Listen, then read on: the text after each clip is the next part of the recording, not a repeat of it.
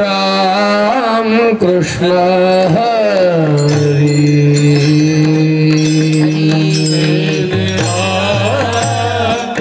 कृष्ण हरे जय जय राम कृष्ण हरे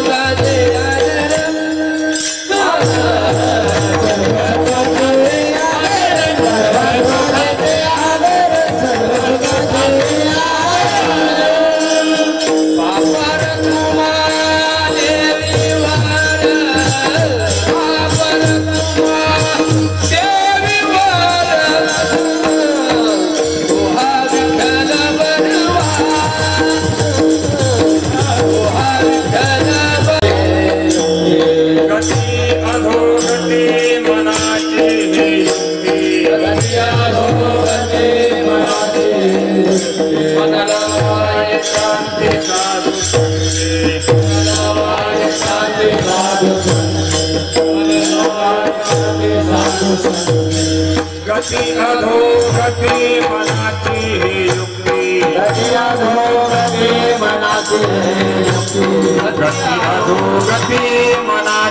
ही युक्ती मला लावा एकांती साधू भक्ती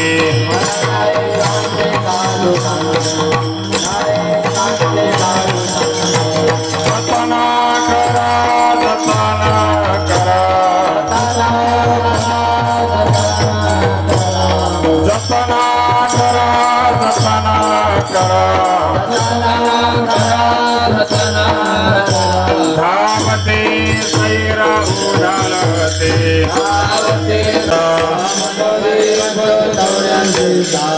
मन करी बंदो तवयांचे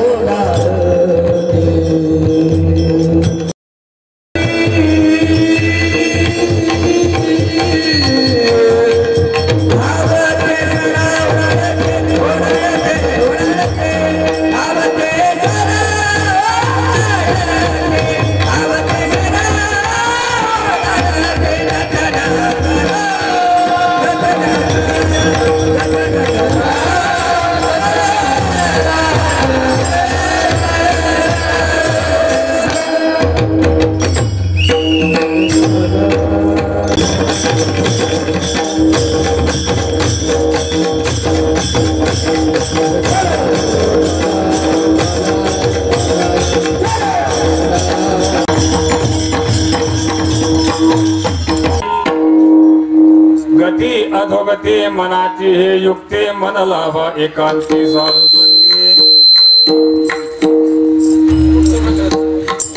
जतन करा धावते सैरा ओढावते मान अपमान मनाचे लक्षण लाविलिया ध्यान तेची करी जतन करा धावते सैरा ओढाळती तुका म्हणे मन उतरी भव सिंधू मन करी बंधू 84चा जतन करा धावते सैरा ओढाळते विठाला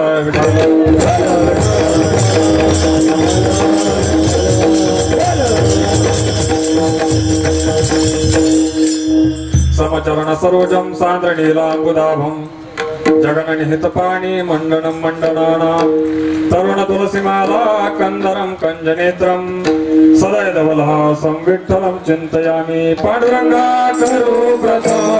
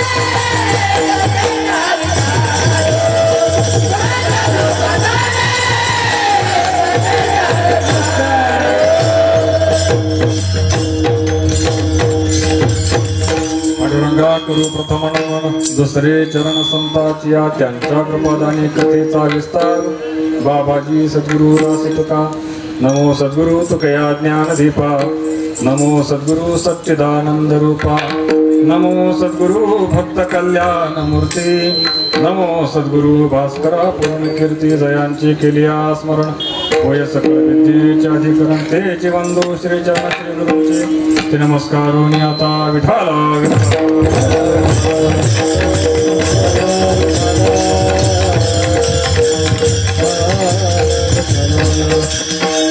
गती अधोगती मनाची हे युक्ती गती अधोगती मनाची हे युक्ती मन लावा एकांती साधू संगे जतन करा दाबते सैरा ओढाळते प्रस्तुत प्राप्त प्रसंग कीर्तन रूपे सभे करता घेतलेला अभंग भगवान परमात्म्याचे लाडके लढीवाळ भक्त जगतवंदनीय जगद्गुरु तुकाराम महाराजांचा 4 चरणाचा असा अभंग मानवी मनाचं महत्व प्रतिपादन करत असताना आपण मनाला कसं सांभाळलं पाहिजे किंबहुना परमार्थ किंवा प्रपंच करत असताना मनाची भूमिका किती महत्वाची आहे आणि त्याऐवजी मनाचा सांभाळ करणं हे किती आवश्यक आहे हे या अभंगाच्या माध्यमातून महाराज पटवून देतात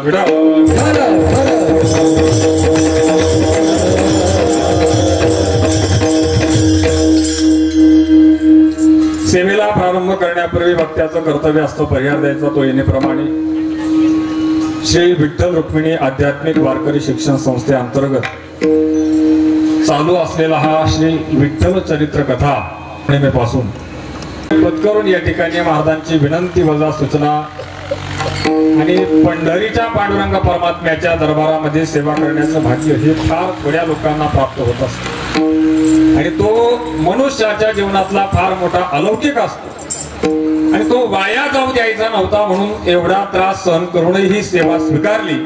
तुमच्या सर्वांच्या दर्शनाचा योग प्राप्त झाला. आपल्या जवळ फक्त 1 तासाचा वेळ आहे. त्या 1 तासाच्या वेळेमध्ये आपल्याला अभंगाचं चिंतन पाहण्याचा प्रयत्न करायचा आहे. अर्थात 1 तासही भरपूर झाला. खटवांग राजाला 1च तास शिल्लक काय अर्थात 1 तासही जीवनामध्ये पुष्कळ आहे परमार्थामध्ये आणि मनात जर नसेल तर अख्खं आयुष्य सुद्धा परमार्थामध्ये वाया जातं.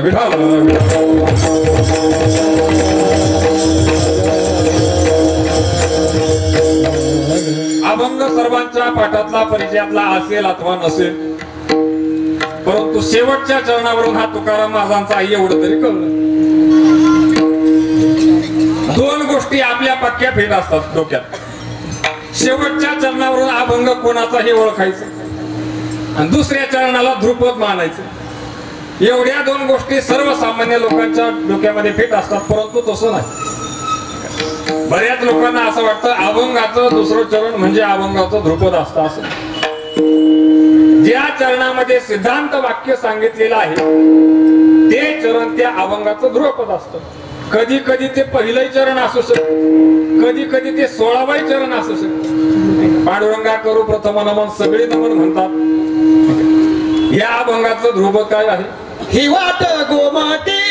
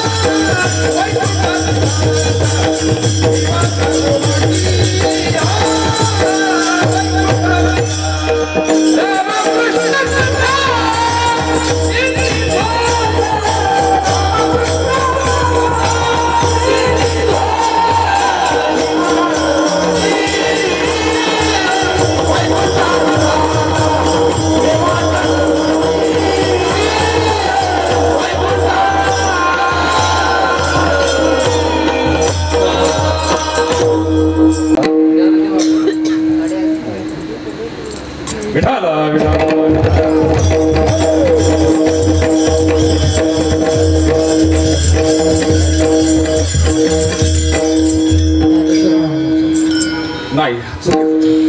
मलाही असं वाटलं हा अभंग हरिपाठामध्ये म्हटला जातो म्हणून ज्ञानेश्वर महाराजांचा असतो. कधी कधी शेवटच्या चरणावरून आपल्याला अंदाज लावता येत नाही. हा अभंग नेमका कोणाचा आहे हे शोधण्यासाठी मी एक युक्ती वापरली. कारण बऱ्याच जणांना विचारलं उत्तर सांगता आलं नाही. शेवटी गुगलला अभंगाचं टायटल टाकलं. त्या अभंगाचं कीर्तन पाहिलं, जगन्नाथ अण्णा पवारांचं कीर्तन पाहिलं, त्याच्या प्रस्तावनेमध्ये कळलं हा अभंग निवृत्तीनाथ महाराजांचा.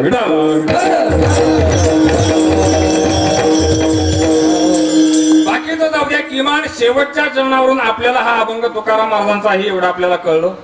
अर्थात या अभंगामध्ये तुकोबाराय फार मोलाचा, मौलिक आणि वेगळा असा उपदेश करतो. तुकोबारायांच्या साहित्याचा विचार जर केला तर वेगवेगळ्या पद्धतीचे उपदेश तुकोबारांनी आपल्या अभंगाच्या माध्यमातून मांडले. ज्याचा जसा अधिकार असेल तशा पद्धतीचा उपदेश तुकोबारांनी सांगितला. आपल्या सर्वांना माहिती अधिकार तैसा करू उपदेश.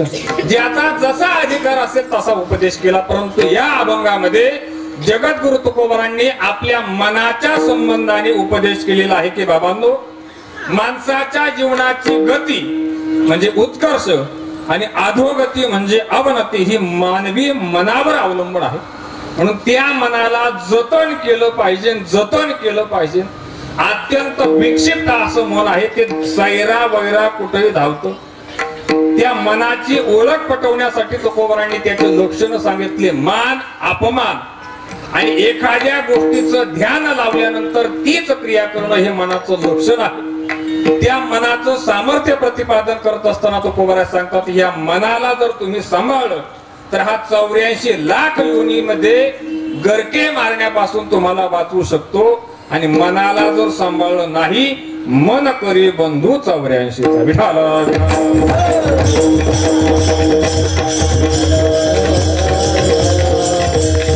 हा अभंगाचा सरळ सरळ भावार्थ झाला. परमार्थ असो अथवा प्रपंच असो, त्या प्रत्येक गोष्टीमध्ये मनाची भूमिका अत्यंत महत्वाची आहे. साधा प्रपंच जरी पाहिला, अत्यंत सुगरण स्वयंपाक करणारी स्त्री, पण एखाद्या वेळेस तिच्या हातात स्वयंपाक चुकल्यानंतर तिला विचारलं जातं, ताई तुम्ही तर फार सुंदर स्वयंपाक बनवता, आज नेमकं असं काय झालं? तर ती माऊली सांगते, महाराज स्वयंपाक मी नेहमी सुंदर बनवते, पण आज स्वयंपाकात माझं मन नव्हतं. काय नव्हतं? मला सांगा, स्वयंपाकात मन नसल्याने जर संसार स्वयंपाक बिघडतो, परमार्थात जर मन नसेल तर परमार्थ कसा सुरळीत होईल? विठाला आणि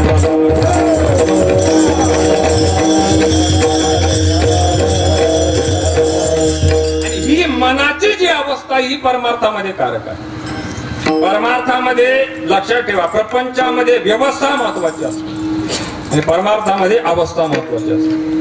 परमार्थातली अवस्था प्रपंचात कामाची नाही आणि प्रपंचातली व्यवस्था परमार्थात कामाची नाही. विठाल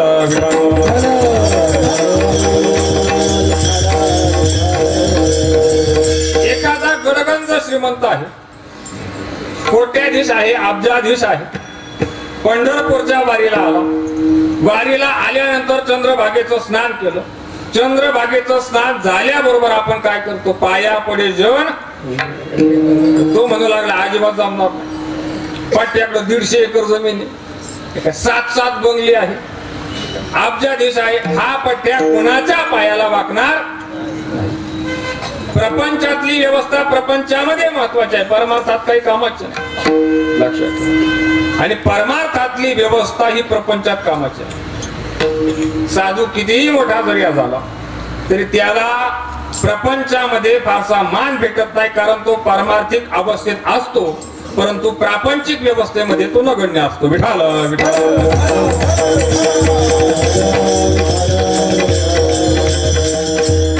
म्हणून अवस्था ही मनाची असल्या कारणाने मनाला सांभाळणं अत्यंत गरजेचं आहे. लक्षात, प्रपंच असो परमार्थ असो, मन हे त्यामध्ये असणं अत्यंत महत्वाचं आहे. परंतु आपलं मन हे परमार्थामध्ये नाही. आपण आपल्या मनाला तेवढं सांभाळलं नाही, तेवढं जतनही केलेलं नाही. आम्ही नेहमी दृष्टांत सांगत असतो. एक स्त्री देवपूजा करण्याकरता बसली. देवपूजेला बसल्यानंतर तिचा नियम असा होता का देवपूजा सुरू झाल्यानंतर उठायचं नाही, कोणाशी बोलायचं नाही. काही मंडळींचा कट्टर नियम असतो महाराज, पण काही नियम हे शास्त्रीय असतात, काही नियम हे अशास्त्रीय असतात.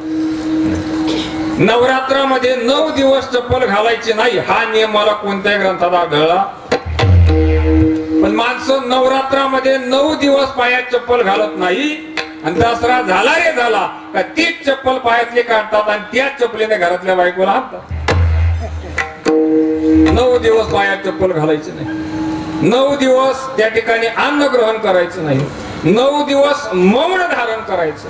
हे काही नियम जे आहेत ते अशास्त्रीय सदरामध्ये मोडले जातात. त्या माऊलीचा नियम होता, देवपूजा करत असताना उठायचं नाही, कोणाशी बोलायचं नाही.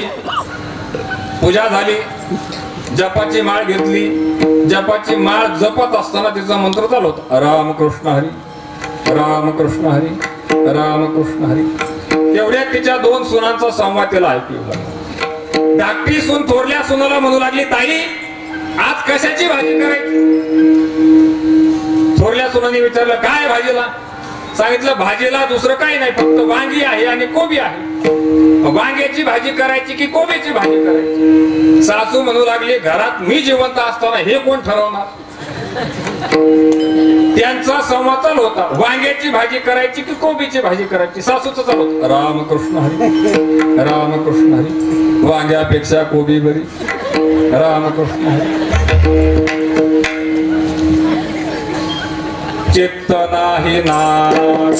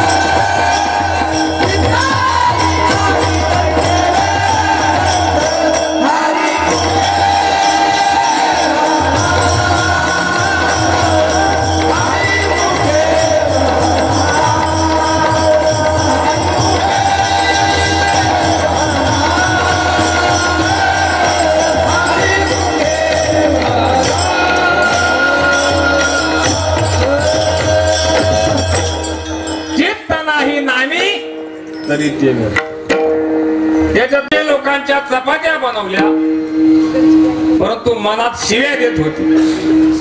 काय उपयोग त्याचा? कोणतीही क्रिया असो त्या क्रियेमध्ये मन लावून ते काम केलं पाहिजे. आणि जेव्हा त्या गोष्टीमध्ये आपण मनाने त्या ठिकाणी समरस होतो, खऱ्या अर्थाने परमार्थाचा प्रारंभ तिथून होतो. विठाल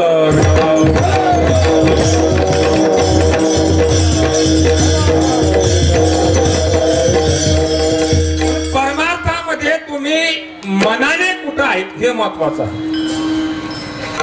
दोन मित्र रस्त्याने चालले, कीर्तन होतं 7 ते 9 म्हणून कीर्तनाला निघाले. थोडं पुढे गेल्यानंतर दुसराच आवाज ऐकू येऊ लागला. दुसरा कोणता कळलं तुम्हाला? त्यातल्या एकाचं मन चलबिचल झालं. तो म्हटला घड्या आता मी काही कीर्तनाला येत नाही, मी आता इकडे जातो. इकडं म्हणजे कुठं? तो तिकडे गेला आणि दुसरा इकडे आला. याच्यातला श्रेष्ठ कोण आणि कनिष्ठ कोण? जो कीर्तनाला गेला तो श्रेष्ठ की जो तमाशाला गेला तो श्रेष्ठ? अवघड प्रश्न आहे का?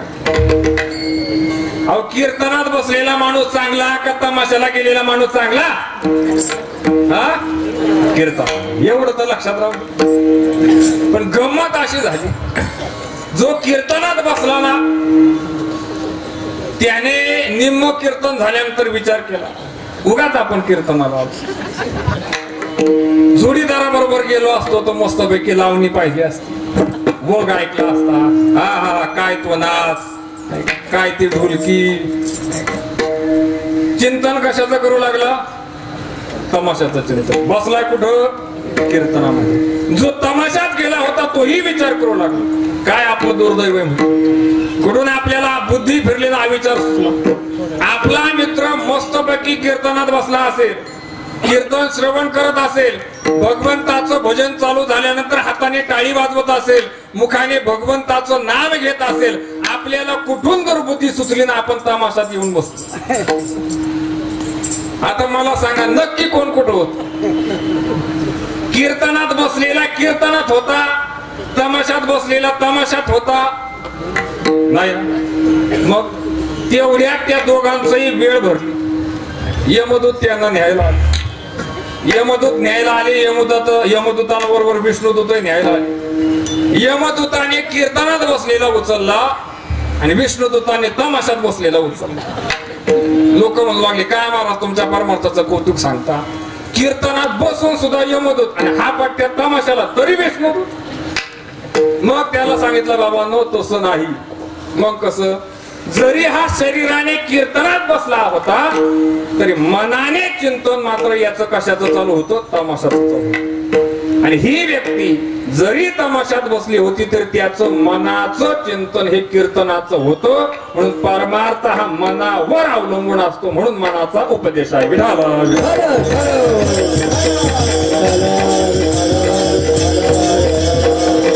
आपण आपलं ठरवा, आपण खरंच कीर्तनात आहात का? अहो आडातच नाही तर पोऱ्यात येणार, सांगणाऱ्याच नाही तर ऐकणाऱ्याच कधी. मीच येताना महाराजांना म्हटलं महाराज बुट राहतील ना, 700 रुपयाचा आहे. म्हणजे सांगणाऱ्याचं मन कीर्तनात नाही महाराज, ऐकणाऱ्याचं कुठून येत. मनाला एवढं, मनाचे विशेष फार वेगवेगळे आहेत महाराज. या मनाला तुम्ही साधं समजू नका. या मनावर आपल्याला फक्त चिंतन करायचं. मनावर चिंतन करता करता ते चिंतन मनावर पण घ्यायचं तर त्याचा काहीतरी उपयोग आहे.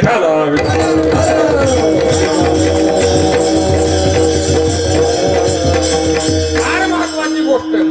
मन आणि पाणी सारखंच आहे.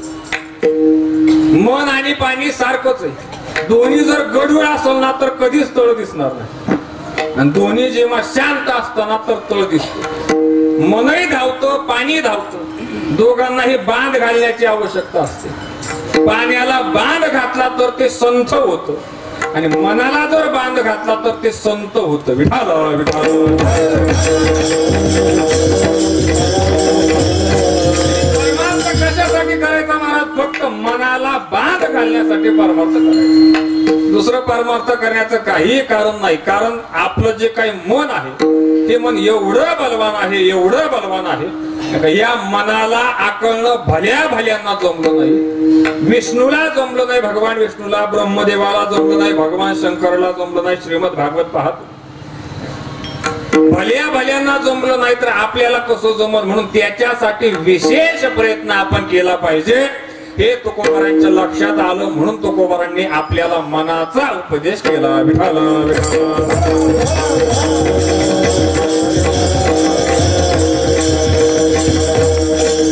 मानवी जीवनाची गती म्हणजे उत्कर्ष, मानवी जीवनाची अधोगती ही फक्त मनावर अवलंबून. किती वर्ष तुम्ही वाऱ्या केल्या याला काही अर्थ नाही. लोक सांगतात महाराज पट्ट्याने 65 वर्ष वाऱ्या केल्या. वय किती होतं? 82 वर्ष. काही लोक काशी करतात. काशी करतात म्हणजे यात्रा करतात. 4-5 वेळा काशी केली का आम्हाला सांगतात महाराज 4 वेळा काशी केली बरं. अरे जेव्हा तू काशी केली हे तोंडाने सांगितलं तेव्हाच तुझ्या काशीची काशी झाली.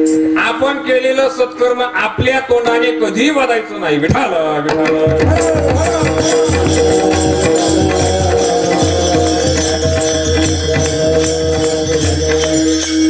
उत्कर्ष जर साधायचा असेल तर मन महत्वाचं आहे. अधोगती जर साधायचं असेल तर मन महत्वाचं आहे. आणि सध्याच्या युगामध्ये मनाला सांभाळणं फार गरज आहे. गरीबाला वाटतं श्रीमंत चांगला समाधानी, श्रीमंताला असं वाटतं गरीब चांगला समाधानी, गावाकडं राहणाऱ्याला वाटतं शहरातला माणूस समाधानी, शहरात राहणाऱ्याला वाटतं गावाकडचं समाधानी, ज्याच्याकडे पैसा नाही त्याला असं वाटतं IT सेक्टर मधल्या मुलांचे पगार जर पाहिले महाराज 2-2-2.5 लाख रुपये महिना, आपल्याला 8-8 दिवस हप्ते करून सुद्धा वर्षाला एवढं मिळत नाही.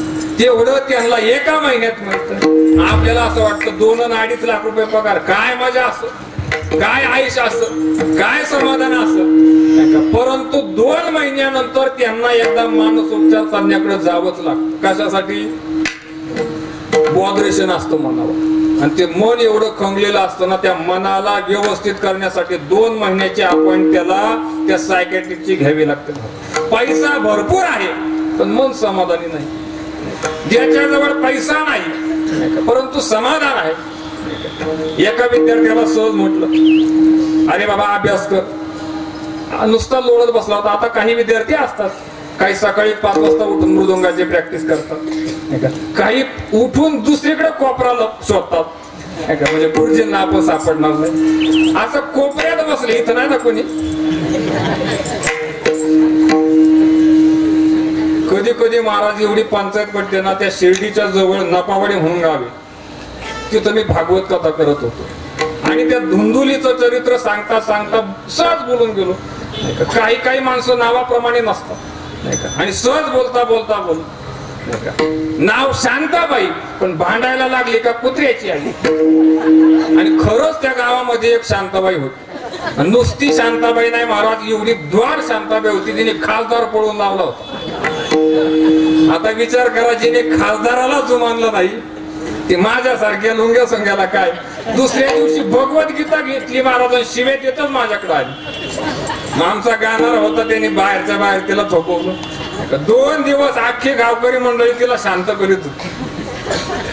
कीर्तनात काही दृष्टांत असे असतात महाराज, आमचं दुकान म्हणजे रेडीमेड कपड्याचं दुकान आहे. आम्ही कोणाच्या मापाचे कपडे शिवत नाही. आमच्या दुकानातला एखादा तरी कपडा कोणाला तरी फेड बसलेला असतो. विडाला आता कोपऱ्यात लोळत होता, त्याला म्हटलं अरे उठ, लवकर उठावा. आणि लवकर उठून काय करायचं? प्रॅक्टिस करावा, अभ्यास करावा. अभ्यास केल्याने काय होईल? वर्गात तुझा नंबर होईल. नंबर आल्याने काय होईल? तू हुशार विद्यार्थ्यांच्या यादीत गणला जाशील. हुशार झाल्यावर मी काय होईल? तुला चांगले मार्क पडतील. मग चांगले मार्क पडले म्हणजे काय होईल? तू चांगला शिक्षण घेशील. मग चांगलं शिक्षण घेतल्यावर काय होईल? तुला चांगली नोकरी लागेल. मग चांगली नोकरी लागल्यावर काय होईल? तुला पगार चांगला मिळेल, मुलगी मिळेल, तुझं लग्न होईल. मग लग्न झाल्यावर काय होईल? काय नाही, संसार करायचा मग निवांत राहायचं. तो म्हटला मी आता काय करू? आताही निवांतच आहे ना. मग आता जर निवांत तर परत निवांत राहण्यासाठी एवढा खटपट कशाला? विठाला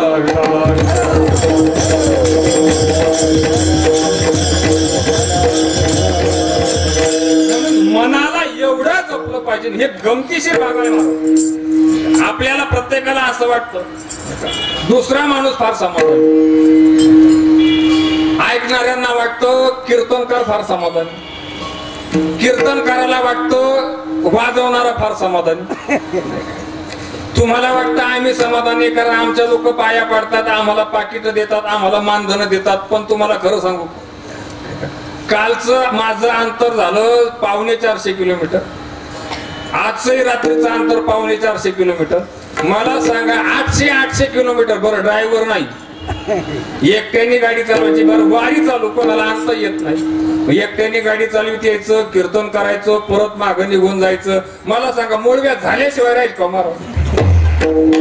तुम्हाला वाटतं खरं आम्हाला समाधान आहे, पण आमचं दुखणं आमचं आम्हाला माहिती. म्हणून आपल्याकडे म्हणे झाकली मूठ विठाला विठाला.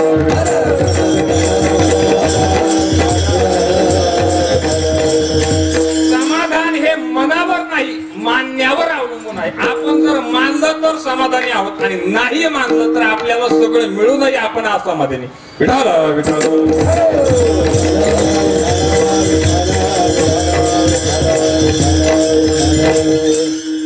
म्हणून मनाला एवढं सांभाळलं पाहिजे. किती सांभाळलं पाहिजे, का सांभाळलं पाहिजे, तुकोबारांना प्रश्न केला. तुकोबारा सांगतात, बाबांनो हे मन आहे ना, मन एवढं घातक आहे. घातक या मनाला प्रसन्न करून घेतलं पाहिजे. मन करा रे प्रसन्न.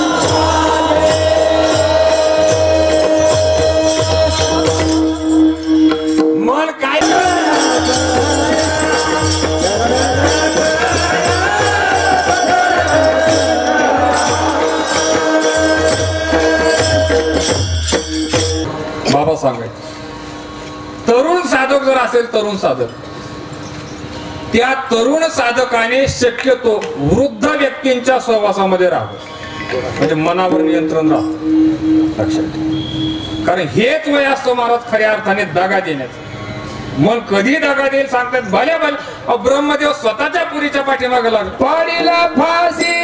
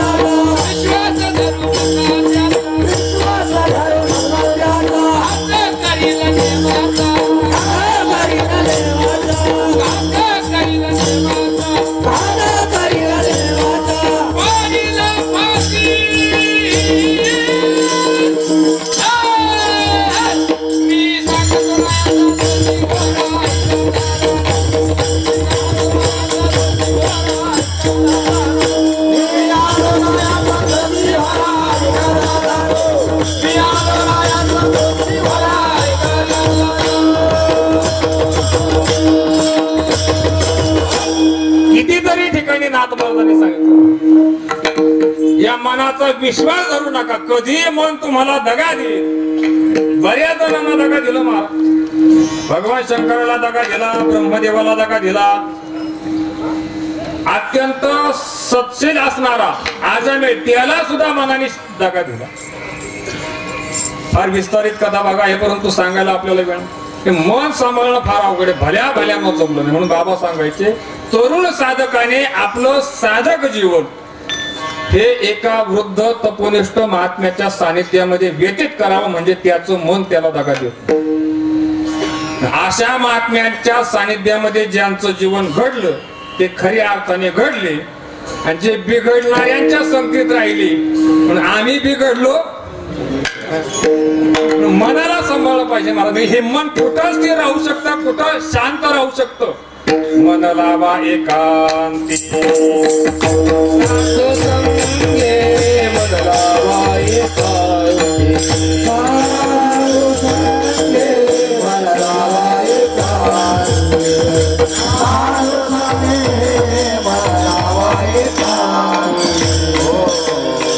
दृष्टांत द्यावे लागतात.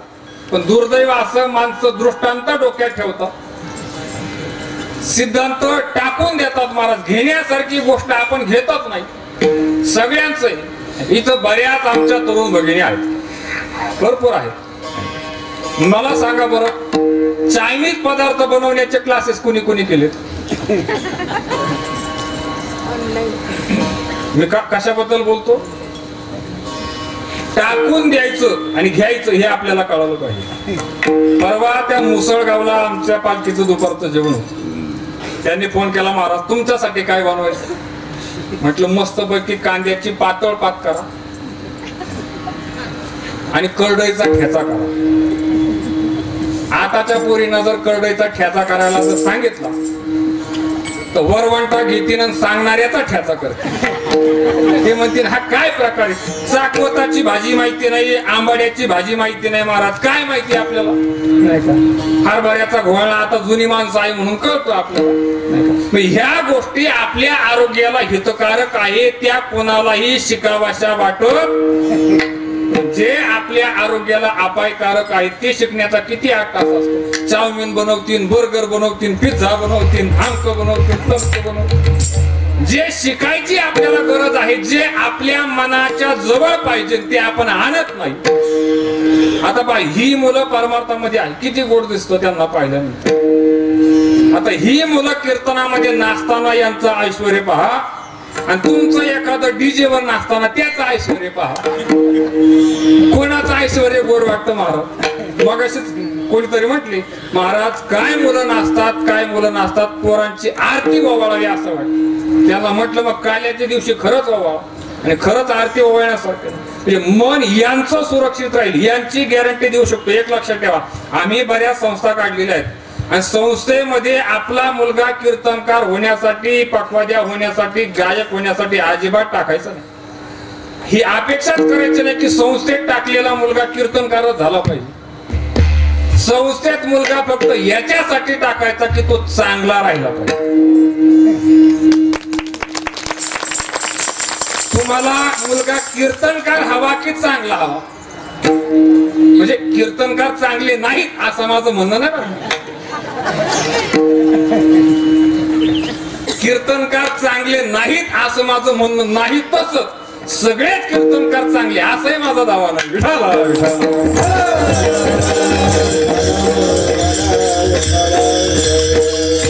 आम्ही तास प्रवचन करतो तसले, डोळ्यामध्ये सुरमा लावून लावून पाणी आणून आणून रडतो, लोकांना रडवतो. माय बापे केवळ काशी, याने घरी काय काशी केलेली असते जरा तपासा बरं.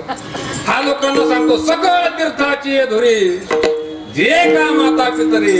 त्याचा बाप शाळेच्या बाहेर पिरू विकत असतो आणि आई कुठंतरी मंदिराच्या बाहेर रुपयाची फुलं विकत असतो. आणि हा एका कार्यक्रमाचे 15,000 घेतो. कीर्तनकार होण्यासाठी मुलगा संस्थेमध्ये टाकू नका, मुलगा चांगला होण्यासाठी संस्थेत टाका. कारण म्हणून मन हे सांभाळण्यासाठी ह्या सगळ्या गोष्टी असतात महाराज. मनाला कशासाठी कसं सांभाळायचं, संतांच्या जवळ मन सुरक्षित का राहतो हे पटवून देण्यासाठी तुम्हाला दृष्टांत सांगतो. भजन करा.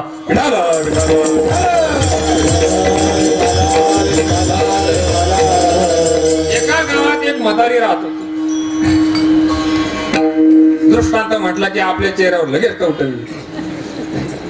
काहीतरी चुटूक आपल्याला ऐकायला मिळणं हीच माणसाला शाश्वती असते. माणसाला तेच आवडतं जे त्याला चांगलं वाटतं. ते आवडत नाही जे त्याच्यासाठी चांगलं असतं. म्हणून आम्ही नेहमी सांगतो भगवंताकडे कधीही काही मागू नये. भगवंत तुम्हाला देतो, पण कसं देतो? जे तुमच्या हिताचं आहे ते देतो, जे तुम्हाला हिताचं वाटतं ते देत नाही. विठाला विठाला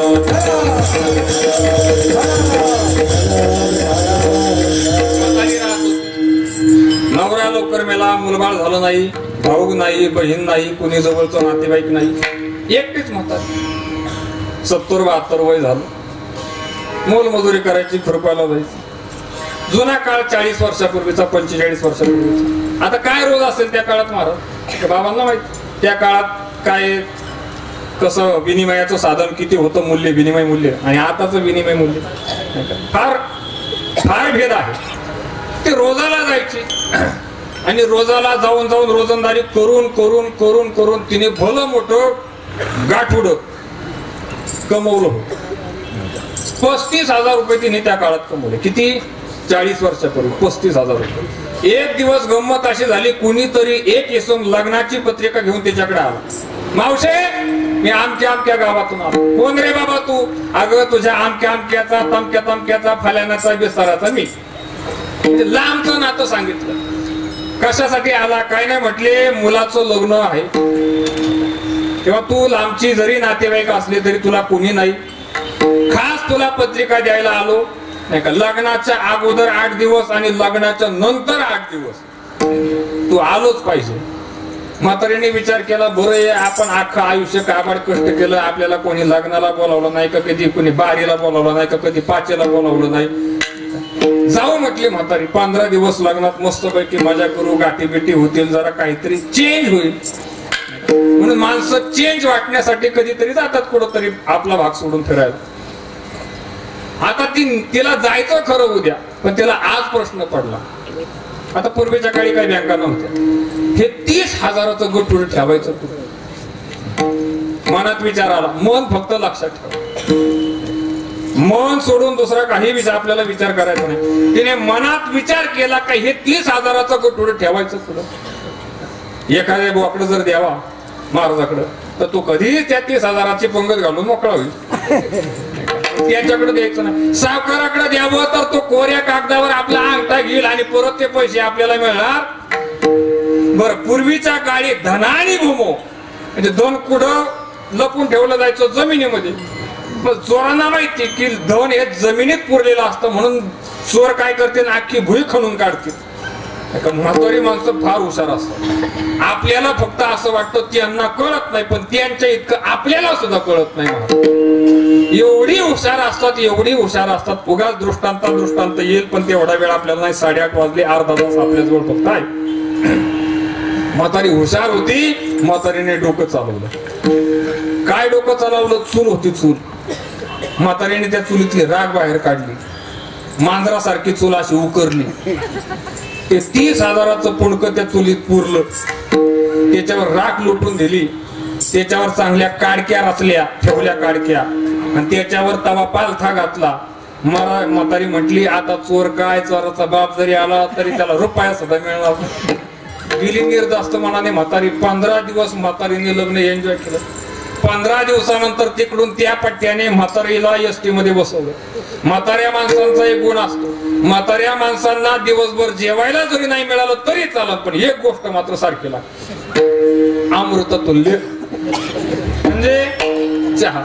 सकाळी उठल्याबरोबर चहा लागतो. दिवसातून 4-5 चहा जर दिले ना तुम्ही, जेवायला देऊ नका. तिकडून त्या म्हातारीला एसटीत बसून दिलं, पण तो एसटीचा ड्रायव्हर एवढा बिलंदर होता ना, 6 तास एसटी चालली पण पट्ट्याने कुठंच चहाला थांबवली. कसा तरी 1-2 तास म्हातारीने धीर धरला. त्याच्यानंतर म्हातारीचा तोंडपट्टा चालू झाला. मुडद्या लाज वाटते का तुला? कुठंतरी थांबायचं ना घडीवर. घोडभर चहा सुद्धा गिळून दिला नाही. आता म्हाताऱ्या माणसांचा तोंडपट्टा एकदा चालू झाला की तुम्हाला चांगलं माहिती. 4 वाजता म्हातारी उतरली गावात. बरं, उतरताना म्हातारी काय शांत उतरली असं काय? मूर्ती, तुझं वाटोळ होईल, तुझं कुटोळ होईल, तुझ्या तोंडात किडे पडतील, तुझी बायको पळून जाईल. महाराज एवढी ताणलेली म्हातारी होती. त्या तमतनीमध्ये म्हातारी आली. कमरेची पिशवी काढली, त्याच्यातली चावी काढली, कुलूप काढलं, चालूच होतं तिथं. मुडद्याने चहा पाजला नाही, दिवसभर चहा नाही तर जीव असा बरं कसा नुसा झाला, काय अंगात तर तरी राहिली नाही, तस काय जीवच राहिला नाही. आता घोटभर चहा पिल्याशिवाय समाधान वाटणार नाही. आणि त्या गणगणित म्हातारीने काय केलं, तो तवा काढला, चूल पेटवली, तांब्याभर पाणी पातेल्यात टाकलं, भला मोठा गोळाचा खडा टाकला, चहा पावडर टाकली, ते पातेलं त्या चुलीवर ठेवलं, खळखळा चहा उकळला. असा खळखळा चहा उकळला. बरं चहा काय बशीने प्यायचा असतो का? भली मोठी जर्मनची पितळी होती, ती पितळी घेतली, त्या पितळीत तो चहा गाळला. म्हातारीने अशी पितळी धरली आणि म्हातारी त्या दरवाजामध्ये उंबऱ्यावर बसली. मुडद्याने कुठंच गाडी थांबवली नाही. लाज तरी वाटले का त्याला म्हातारे माणसाचा कसा जीव घ्यायचा. आखी पितळी गेल्यानंतर म्हातारीच्या लक्षात आलं, बाई ग, जाताना आपण 30,000 रुपये चुलीत लपून ठेवले होते, आता राग झाली का काय? अशी म्हातारीने पितळी फेकून दिली. काय सांगता तुम्हाला, गेली आणि ती मांजरासारखी चूल उकरायलाच लागली महाराज. आता किती चूल उकरल्यानंतर तिला पैसे भेटतील का आजी?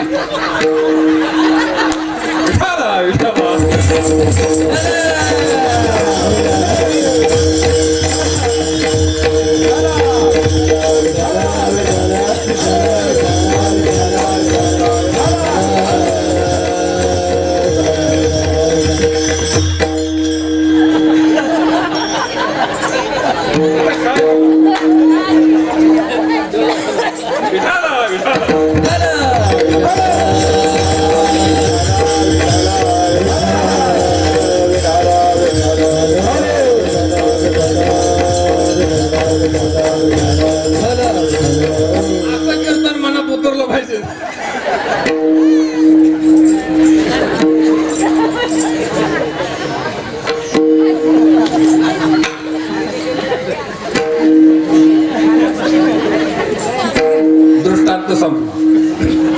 म्हातारीची चूक काय झाली? काय चूक झाली? नाही या आजीची नाही बरं, त्या म्हातारीची. तिने पैसे कुठं करून ठेवले? दृष्टांत सोडून द्या, यातलं रूपक तुम्हाला सांग. तुम्ही त्या म्हातारीवर असता आपली तीच गत आहे. आपण सुद्धा आपत्ती म्हातारी म्हणजे आपण आहोत, म्हणजे जीव आहोत. ते पैशाचं पुणकं म्हणजे आपलं मन आहे आणि ती चूल म्हणजे संसार म्हणजे विषय आहे. त्या म्हातारीने ते पैसे जर चुलीच्या व्यतिरिक्त इतर कोणा विश्वासू माणसाजवळ जर दिले असते तर सुरक्षित राहिले असते. तद्वत या जीवरूपी म्हातारीने आपलं मन रूपी ते पुणकं जर विषय रूपी संसार रूपी चुलीमध्ये जर पुरलं तर त्या मनाची माती झाल्याशिवाय राहणार नाही. म्हणून ते मन जर सुरक्षित ठेवायचं असेल तर कुठं ठेवलं पाहिजे? मन लावा एकांती साधू संगे, मन लावा